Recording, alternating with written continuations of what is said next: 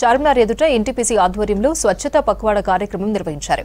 NTPC సంస్థ అధికారులు, GHMC సిబ్బందితో కలిసి చార్మినార్ పరిసర ప్రాంతాలను శుభ్రం చేశారు. ప్రజలు తమ పరిసరాలతో పాటు పర్యాటక ప్రాంతాల్లో చెత్త వేయకుండా శుభ్రత పాటించాలని సూచించారు.